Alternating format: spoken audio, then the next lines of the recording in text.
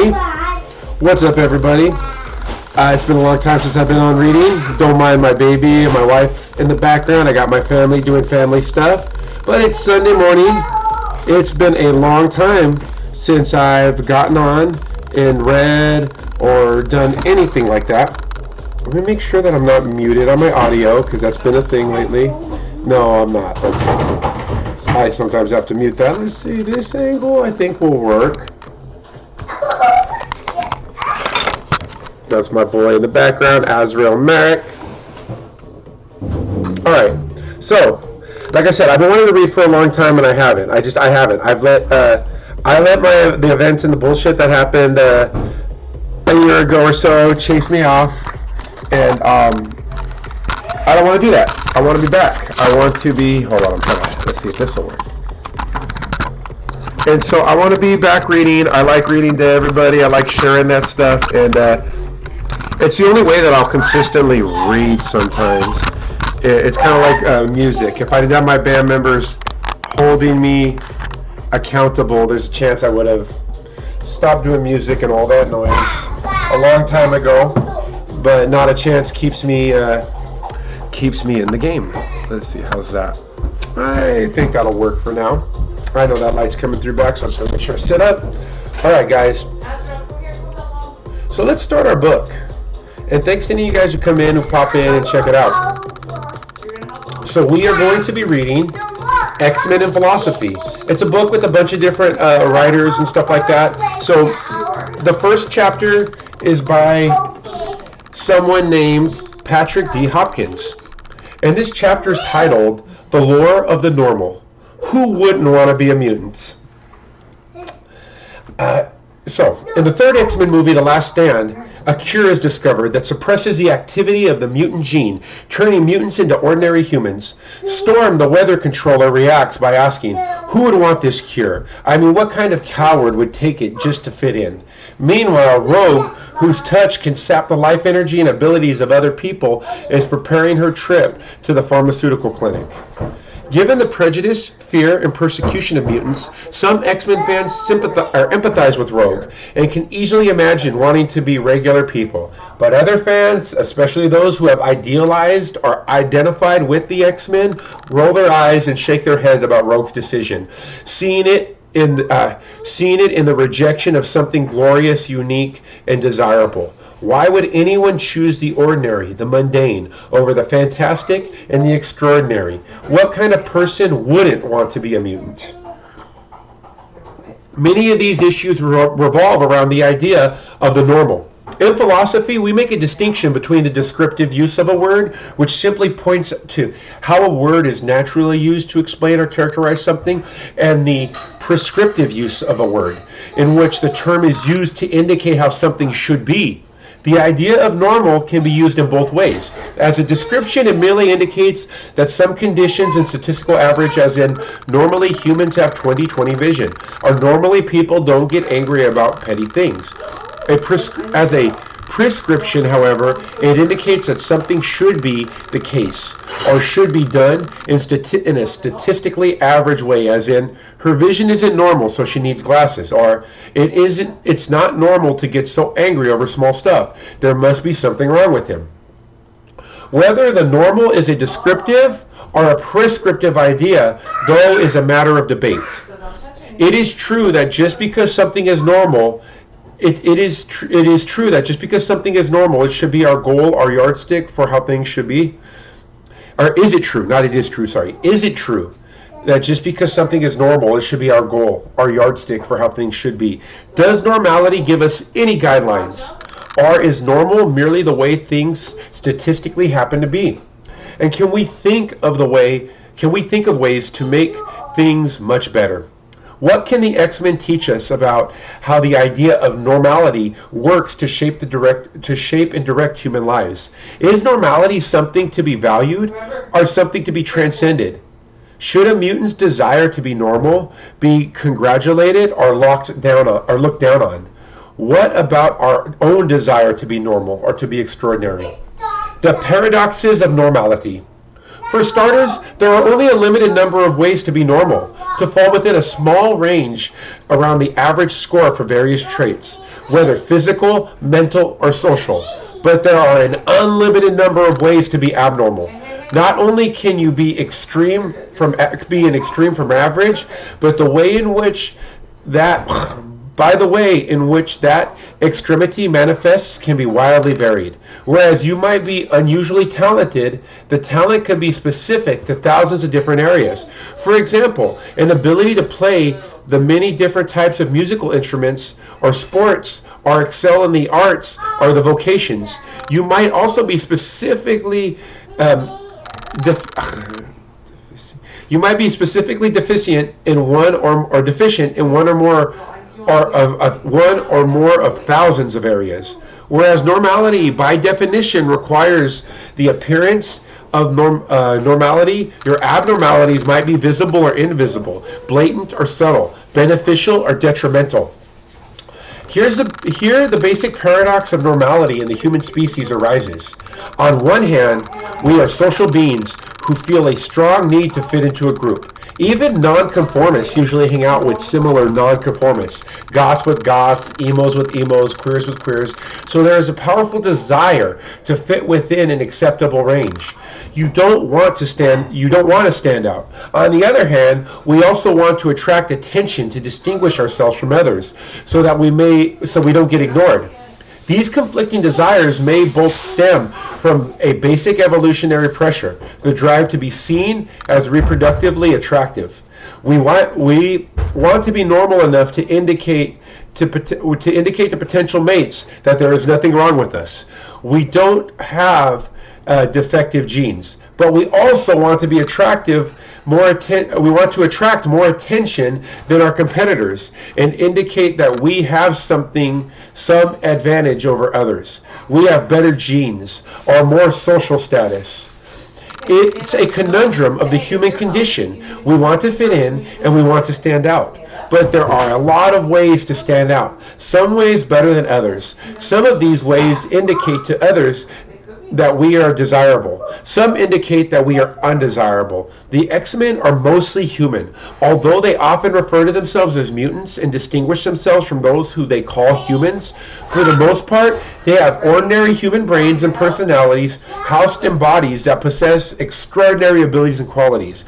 Not surprisingly then, they fall prey to all the vagaries of the ordinary human condition, including the desire to fit in and the desire to stand out. But the mutant gene has many different effects, and these various effects in the mutant population demonstrate something about ordinary variation in human beings, namely that being ordinary is largely a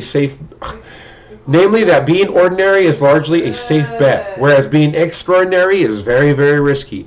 When you pull a ticket for being different out of a hat, given the infinite ways you can be different, you run a risk. How to be abnormal. When Storm asks why anyone would want to cure mutation, the Bluford scientist Hank McCoy responds, "Is it cowardice to save oneself from persecution? Not all of us can fit in so easily. You don't shed on the furniture."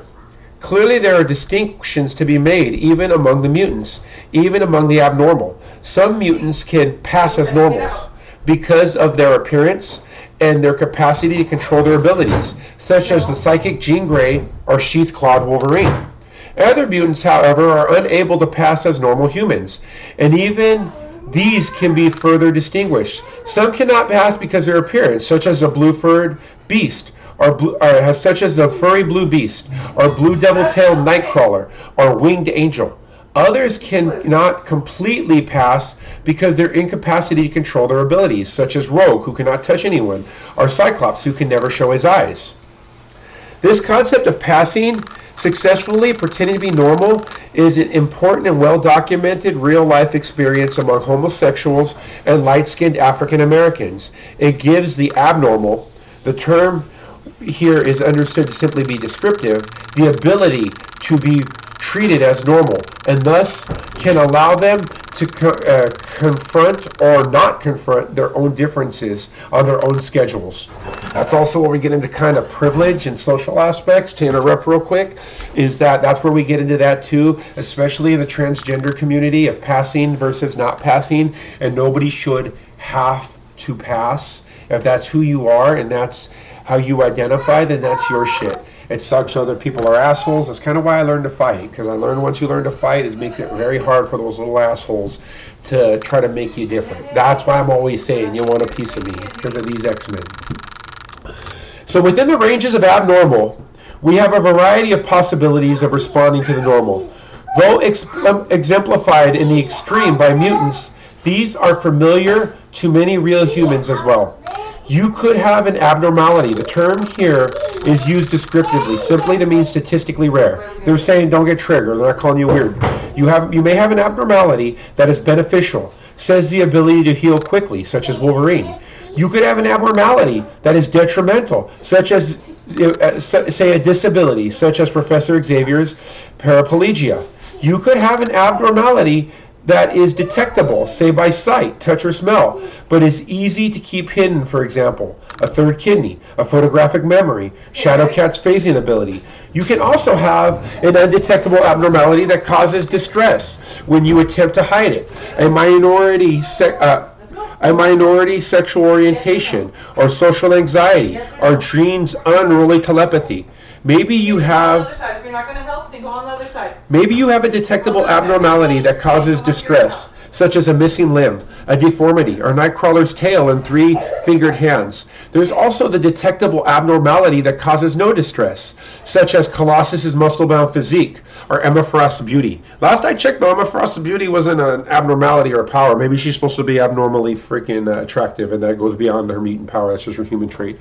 To understand, which makes sense why she's always kind of saying some of that eugenic blue blood shit and about good genes and good breeding and all that noise. That actually makes a lot of sense to me.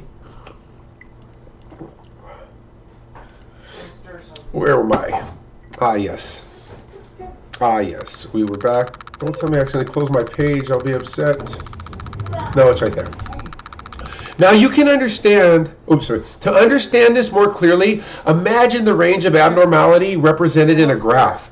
Not a two-dimensional graph, but a three-dimensional one. A cube with the x-axis representing the degree of utility or how beneficial/detrimental the abnormality is. The y-axis representing acceptability or how abnormality is received by society as desirable or undesirable. Hey! Hey, I need a second. I'll be right back, people. He sprayed all over down me. Yeah, he did that to me the other day.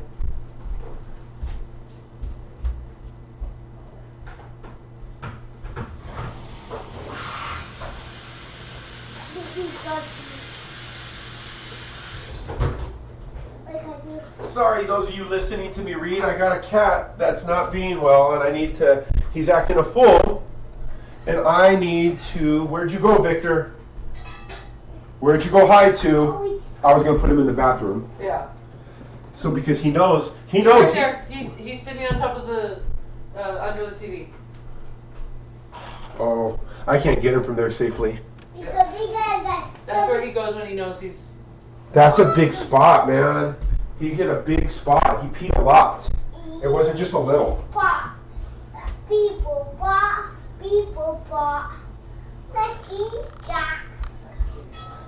Victor, my love, that's not cool. And here I am streaming this and recording this. I'm still going to throw it up, guys, because that's real life. Let me get Vic. Come here. Nope. Don't you. He's going to attack me. Hold his butt. Hold No, his I butt can't. and he won't hurt you. Go. No, help me here. I can't get out.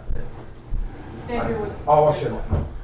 You're going in the bathroom, my dude. You peed on Sarah yesterday. You just blew me kisses, too. I don't think he understands. Is he trying to claim us? Yeah. Azro, get out of there. Get out of there.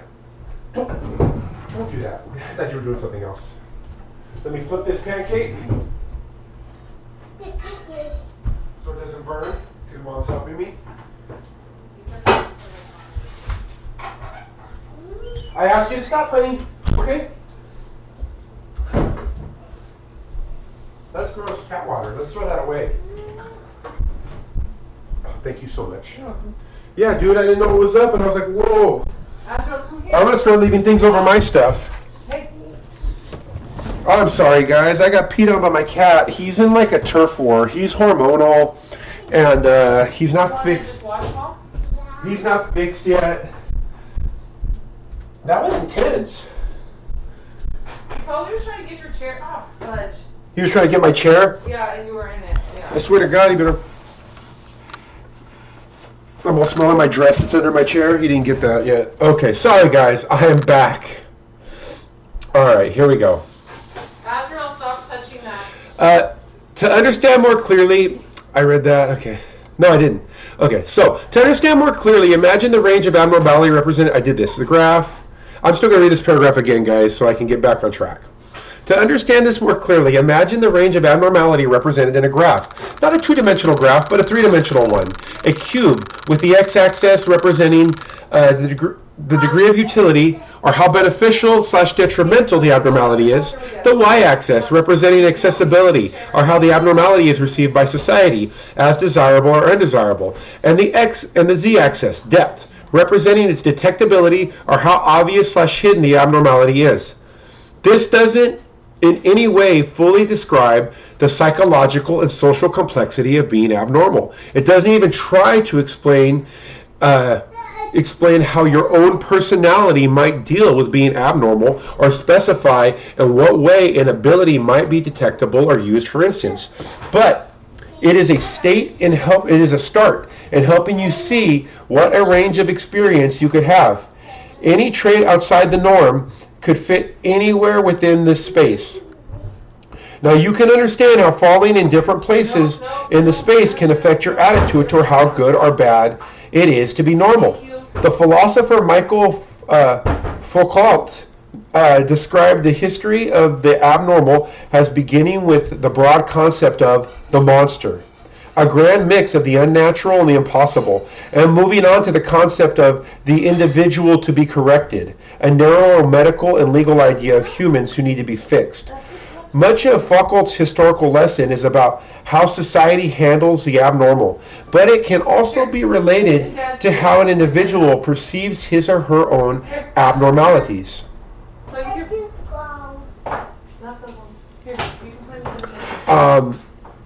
Where was I? Abnormality. How they perceive their own abnormality.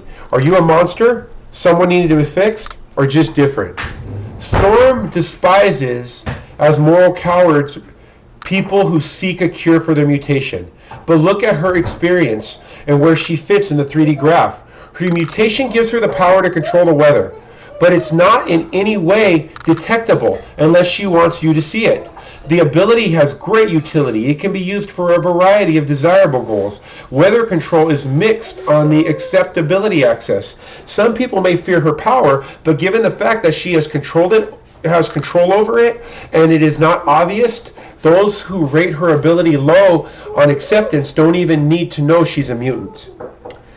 As with many of the mutants, Storm is exceedingly beautiful, with a perfect physique and face. This abnormality is highly detectable, but also highly acceptable and useful. In short, her particular location in the 3D space means that Storm primarily benefits from her abnormalities and can always pass as someone normal when she chooses to. Rogue is seeking a cure. Rogue who is seeking a cure is not so lucky. She's beautiful, healthy, and charming, but her mutation is complicated. She absorbs the energy, memories, and abilities of the people, abilities especially in the case of mutants, whom she touches, harming each person she touches in the process. But she cannot control her power. Touch activates the transfer regardless of her will. So while in certain cases Rogue's ability may be useful, it is largely unacceptable and it is largely detectable. Although Rogue can pass as an ordinary human for a while, she can do so only by avoiding all touch. This makes her seem quirky after a while and eventually downright strange. It also means that Rogue is unable to exchange in certain activities that her otherwise very ordinary human brain and personality want to engage in. She wants, as anyone else, to be able to touch. She wants to kiss a boy, to have a mother stroke her face, to hug a friend. Her ability prevents her from having basic human experiences.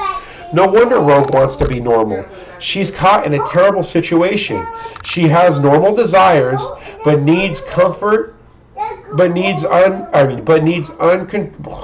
she has normal desires and needs, but uncontrollable abilities that prevent her from satisfying those desires and needs.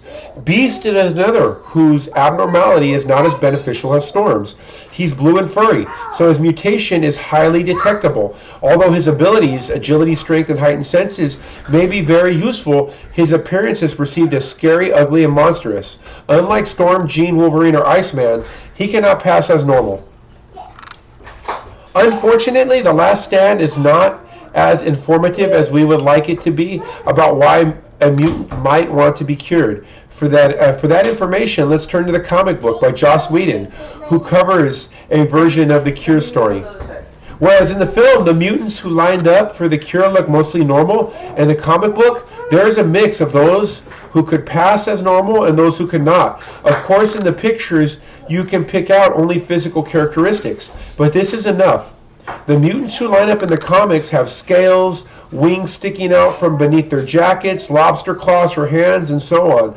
One actually has his face in his stomach, and in the testing lab, a girl has nightmares that come to life and kill those around her. Perhaps no place in the X-Men universe is this problem of obvious abnormality explored better than in the story of the Morlocks, a group of mutants who mostly have various, obvious, and unsightly mutations.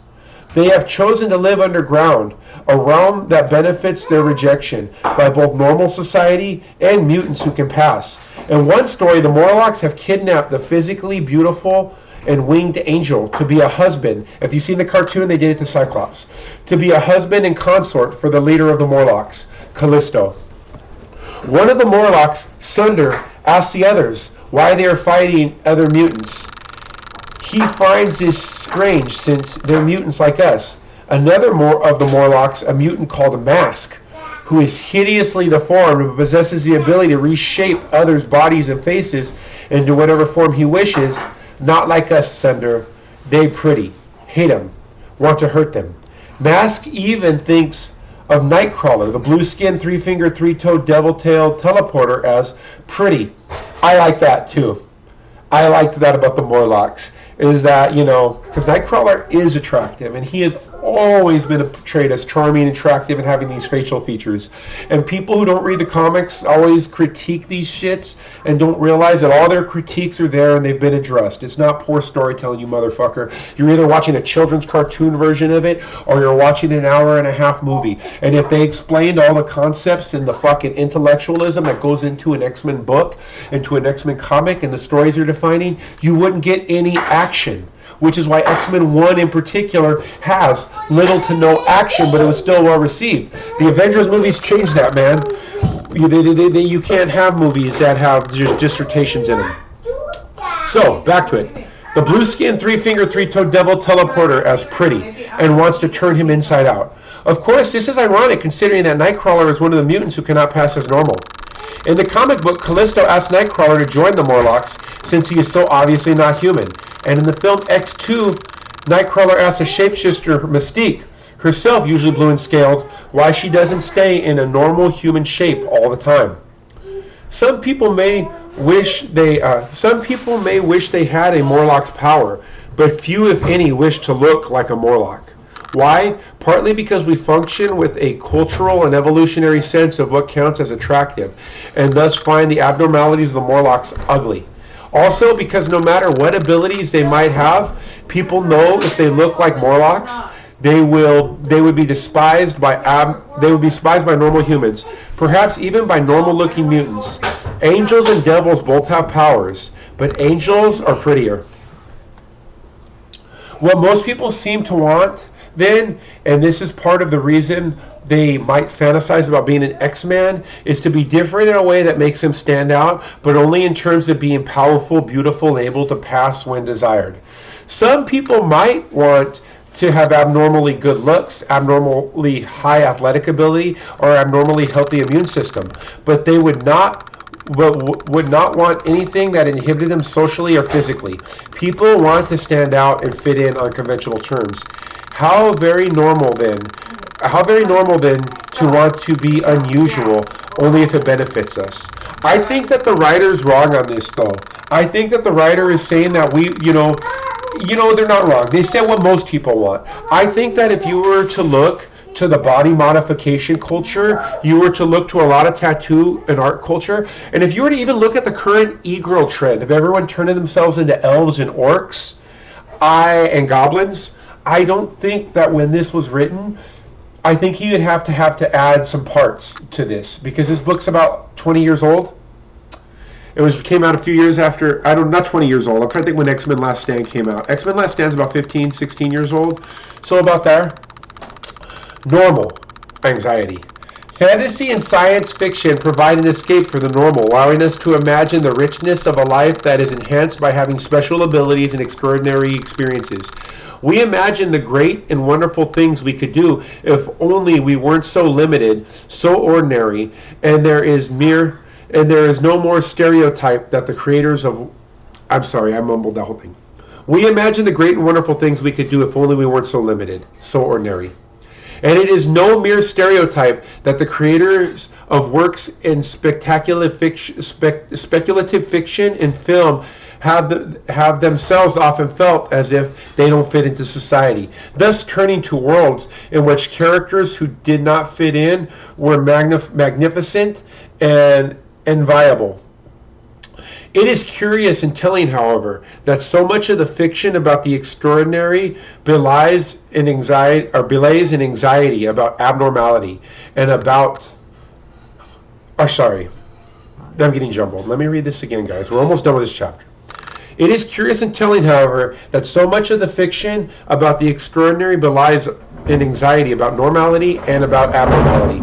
Characters routinely lament their special status and give long-winded monologues on how they just want to set aside the unique lives they've experienced and return to becoming quintessential average people. We also find that the most evil and dangerous characters are most likely to cling to their differences and despise the normality. I'm all smiling because I know this is where this is going. And this shit's me. We find that most evil or dangerous characters are most likely to cling to their differences, despising the normality of others as limiting them to banal experience. As with Magneto's existence in X-Men United, that mutants are homo superior and are as gods amongst insects. It is as if at the same time that we want envy and extraordinary or the uncanny, we also want to express our anxiety about being the outlier, about being special.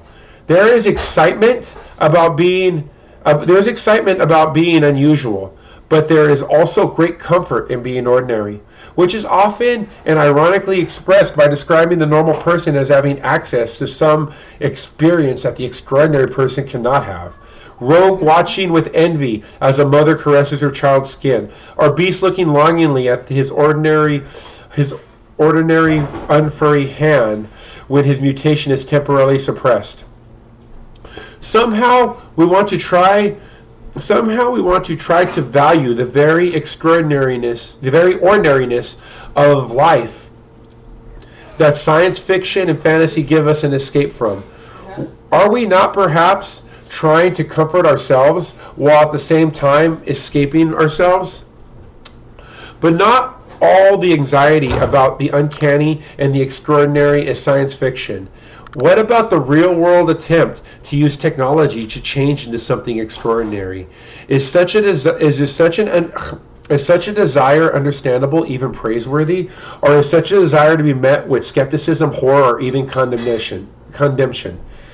We live on the edge of a world in which genetic engineering, pharmacological manipulation, and cybernetic implants open the opportunity for a person to be something like a real mutant. Soon, perhaps, we may be able to alter ourselves to achieve what some fictional mutant possesses: greater strength, intelligence, agility, immunity, longevity, though probably not weather control. Is this a bad thing? Is it wrong to push ourselves outside of the limits of what is human? And I love this movement, and this is actually one of the first places I learned about it. Transhumanists don't think so.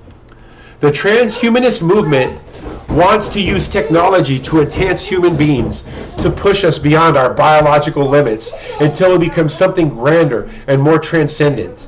Not surprisingly, transhumanists tend to adore the X-Men, and most probably think as Rogue is misguided to seek a cure for mutation.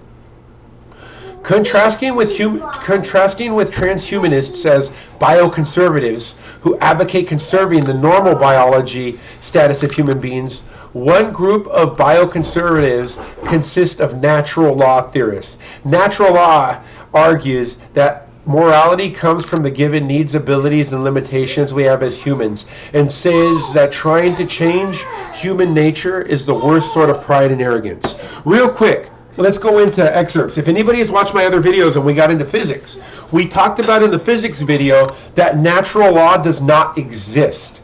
Natural law is a term that came up during the Dark Ages so that scientists could still science.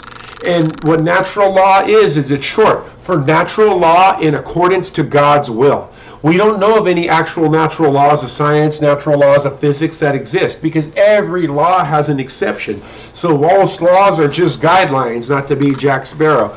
So it does not surprise me that there are bioconservatives, and the bioconservatives believe in natural law, because this is all riddled with bullshit about God's perfect creation and shit like that. But those same fucking people where God made you perfect, you have no problem fucking getting braces if your teeth are jagged, or using medicine to correct a debilitating disorder that maybe can be corrected. Then it goes all out the window and it becomes a different argument. But it's still the same fucking argument, my friends. They are still trying to transcend the state in which they were born in so they could have a better quality life. So here we are. We have two groups that already have real-world answers to the question of who wouldn't want to be a mutant. Transhumanists don't want to be a certain kind of mutant, not the deformed or weak or the kind with abnormal that interferes with living, but they love the idea of being extraordinary in all of the beautiful and powerful ways one can imagine. Bioconservatives don't want to be any sort of mutant at all. For them, the normal is a moral obligation. And that moral obligation, that's also where they get in that same bioconservatives and conservators, that's where they get into their things about gender, identity, sexual orientation, why they fucking will shun tattoos in certain alternative cultures, because to them it is a moral obligation to be normal as fuck, to fuck missionary style and to be vanilla as shit. And anything else that isn't normal is the devil's work. And a lot of you fucking millennial fucks I know, you carry that shit with you. I'm a millennial too, but I say it because you act like fucking boomers. That's some fucking boomer shit. But of course the normal is relative. If we all become extraordinary, then by comparison, won't we end up simply being extraordinary again? If everyone can fly, is flying special? This is where the tricky part of normality and abnormality comes into play. When we value something in abnormality, when we value something in ability, a capacity, a trait, for what it can allow us to do, then possessing that ability may be reward enough. But sometimes we value an ability or trait only because others do not have it. Compare being shit, it's like they're calling me out. Compare being healthy and being tall.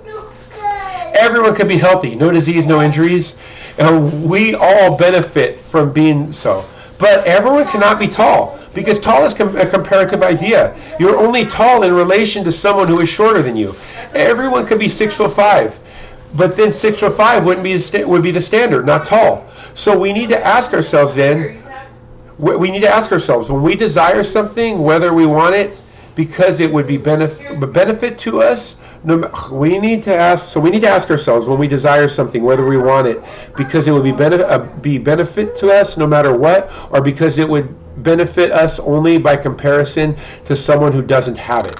The answer to that question partly determines whether we are acting on behalf of all humanity or acting only on behalf of ourselves. If you want to fly, even if everyone else can fly too, then flying for you is valuable no matter what. But if you want to be able to become invisible only if others could not become invisible, then you are merely seeking a relative advantage.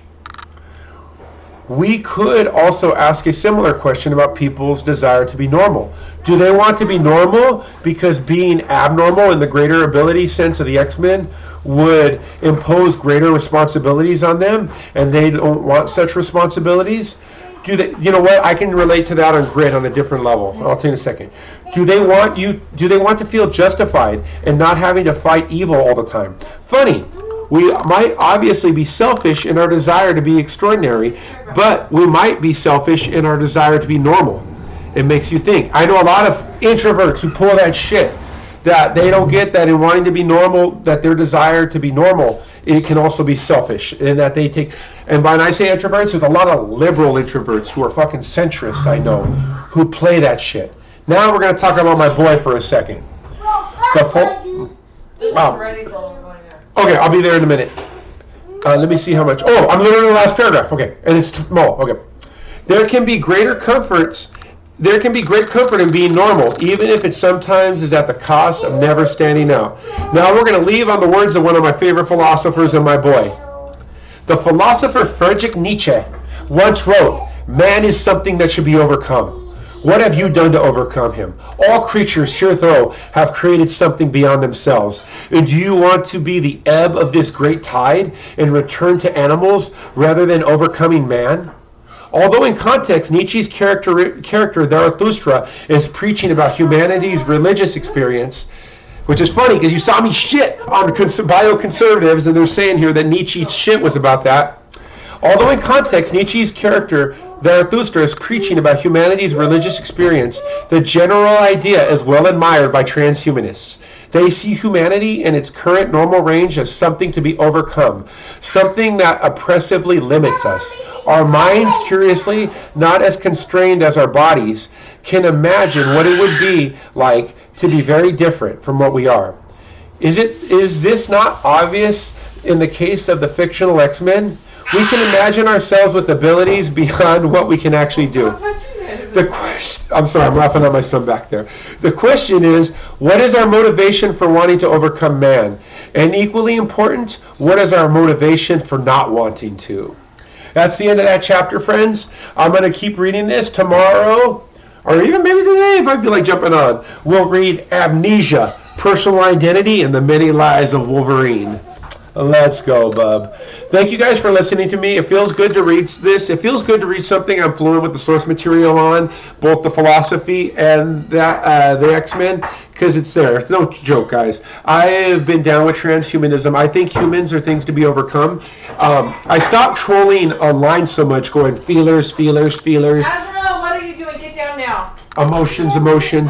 But outside. Are we outside? For myself personally, No. I feel that those emotions and those certain things hold us back. And feelers will call us, we'll go so far as to say, well, it's sociopathic, that's psychopathic. What they don't get is they're walking a huge fucking line of narcissism. And that huge narcissistic line is that they think that they're that important and that they're that validated and where they're coming from. And Azrael, get off the table now. And in supporting those validations and bullshit, I'm sorry, guys, I need a second. In supporting those validations and bullshit, they don't see they're crippling themselves. Ghost in the Shell said it the best. You're preserving what you are to prevent what you could be. That's not fucking something to merit. That's stubbornness. That's cutting off your nose to spite your face. Thanks for listening to me, y'all. I really appreciate it. You guys have a good day, and I will be back in a bit. Peace.